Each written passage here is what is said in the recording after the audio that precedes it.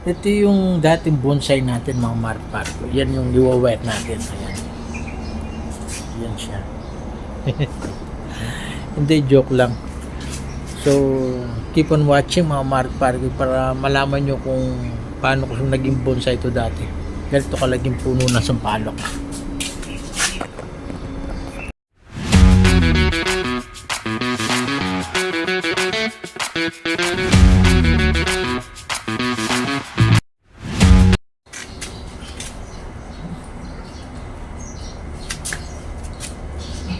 Hello again mga maripari. In this video mga maripari, kukwentuhan ko lang kayo tungkol dito sa mga bonsai natin sa Sampalok mga maripari. Kasi itong mga sampalok, actually tatlo to eh.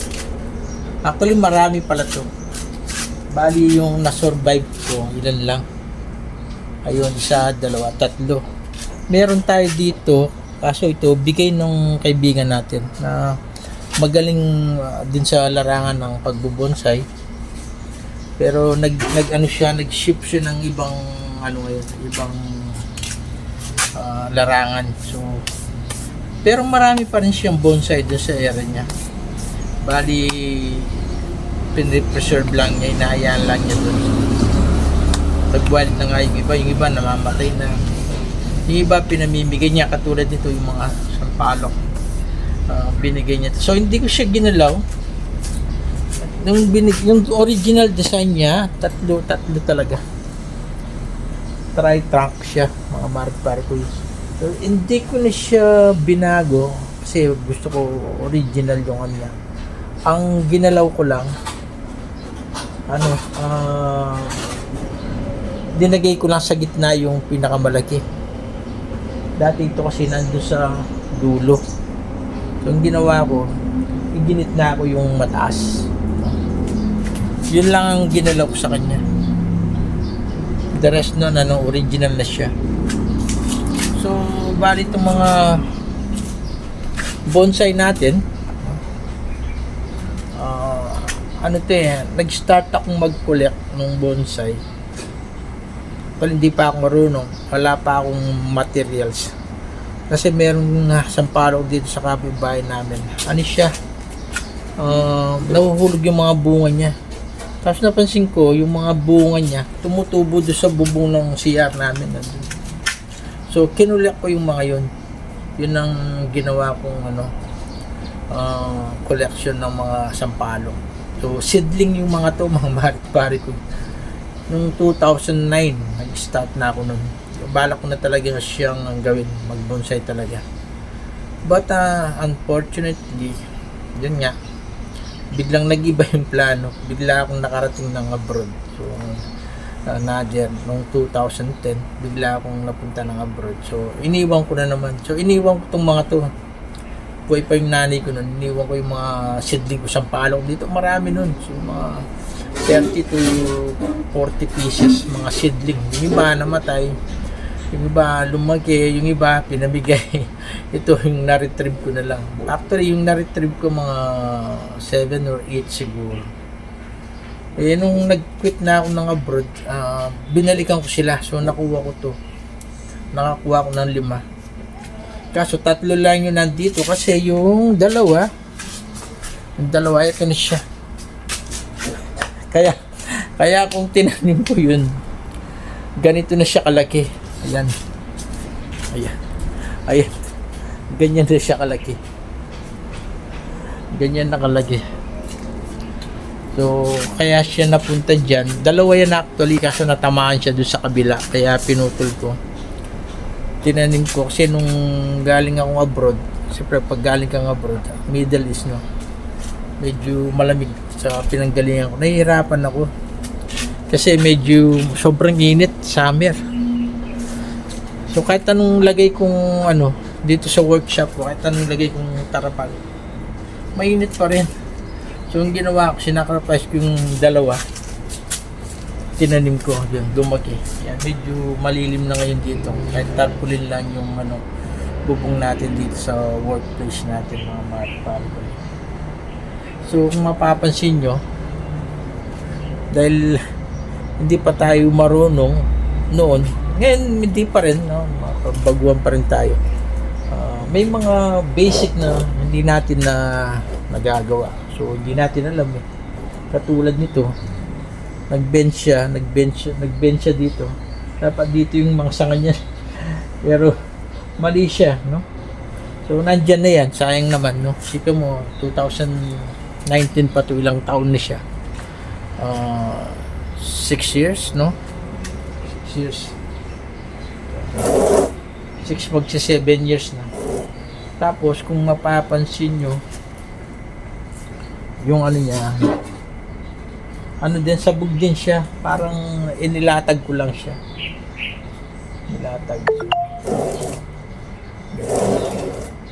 Nasira kasi yung turntable natin. Kaya inipot na lang natin yung wala. Bali, yan. Katulad nito. Ito lang yung tumama doon sa bend niya dito. Ito, medyo mataas din siya. Yan siya. Tapos, ito. Actually, ito yung main trunk niya. Ito yung main trunk niya. Binali ko lang. Tapos, ang problema ko dati sa mga sampalok, ang bilis niyang humaba. Kaya ang problema, nagkakaroon tayo ng yung tinatawag nilang hindi siya reverse tapered. Kaso ano siya, parang yung diretso yung hotdog, diretso siya. So diretso siya eh. Kahit na 20 feet, diretso pa rin siya eh. Katulad dito, tingnan. Ayun, diretso pa rin. Diretso. Yan ang problema sa sampalok. So, kaya yung iba, napapansin ko ngayon, binawire nila. Tapos, ginagawa nilang literati o cascade o ano, para yung katawan nila hindi masyadong maging hotdog. Ito, ang ginawa ko, sinusugatan ko siya. Kinakat ko kaya tumaba. Dati payat to eh. Reverse siya. Mas mataba yun dito. Yan, sinusugatan ko siya. So, ang gagawin natin ngayon dito, ayusin natin yung mga sanga. Yung mga sanga, ayusin natin. Titrim natin, tapos i-wire natin. Yung basic maintenance lang. So, hindi na natin gagalawin yung mga main branches niya. Nandiyan na lang. Matanda na to eh. Sayang naman. So, ayusin na lang natin. Ito yung pinagputulan. Ito rin, ganun din. Diretso siya. So, ang ginawa ko, kinakat ko siya ng kutsilyo dito sa baba para tumaba siya. Nagkaroon naman siya ng sa baba. Yan, magkakasingidad dyan. Ito, yan, at saka yan. Ito. Tsaka ito. Yan, magkakasingidad yung mga yan. Ito, madugo to eh. Hindi ko alam nung gagawin ko dati dahil hindi nga tayo. Yung ang wire niya, tignan nyo, sobrang cut na. Baon na siya. Nung tinanggal ko. Tapos, ginawa ko siyang literati, ginawa ko siyang cascade, tapos nahulog siya ng 2 beses. Yun, ganun ang nangyari. At least yung mga alaman natin. Kasi pag binili mo siya, ang kwento lang niya, ayan, nabili ko kay ganito, winner ko, tapos na. Ito kasi parang nagiging part na ng buhay mo eh. Kasi nakasama mo siya o inaalagaan mo siya o for the past 5, 6, 7, 10 years. Sa tingin ko, yun ang essence ng bonsai na nalagaan mo siya ng matagal, kasama mo siya matagal, na naging part mo na yung alaman sa buhay mo. May kwento siya. Yun ang kagandahan pag ikaw yung nagtanim sa kanya. Kaya seedling yung mga to. Pag dinagay ko to sa kalupa, lalaki siya katulad nun. So, ayan. So, ang gagawin lang natin yan, naayusin natin. Yung isa, naayos na natin. Medyo, makakapalin pa natin yung mga, foliage niya. Ang ginawa natin ngayon, wire and wire, tapos trim, tapos wire ulit natin yung mga ibang niya, sanga na lumitaw. Katulad nito. Bago to. So, kinuha ko siya ulit. Winner ko siya. Ano naman, proportion naman doon sa ano. Ganyan siya. Yun, medyo naayos ko, nahabol ko. Pero to, wala. Hindi ko siya talaga nahabol. Kasi ano, mas nauna to eh. Mas nauna to. Talagang zero knowledge ako nun sa mga halaman. So, zero knowledge tayo nun.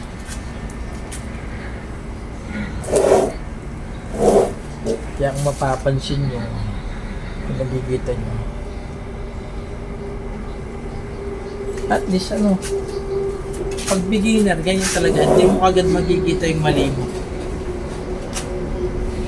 Tapos pag medyo natututo ka na, tapos nakikita mo siya, babalikan mo siya, medyo natatawa ka na lang, ba't ko ginawa to? Mali pala to, hindi pala dito. Pero, dahil matanda na yung puno, ayan na lang natin, as it is na lang.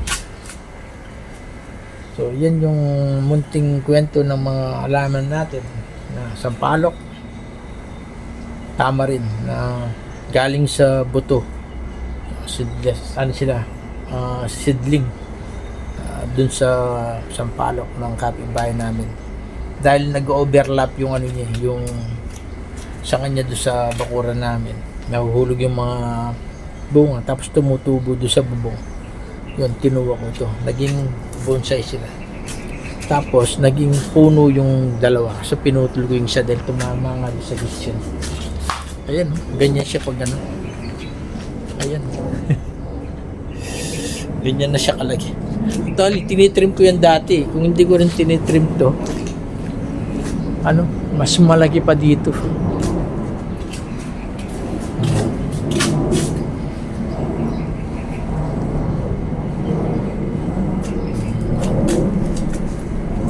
So, ayan mga marit-pari ko.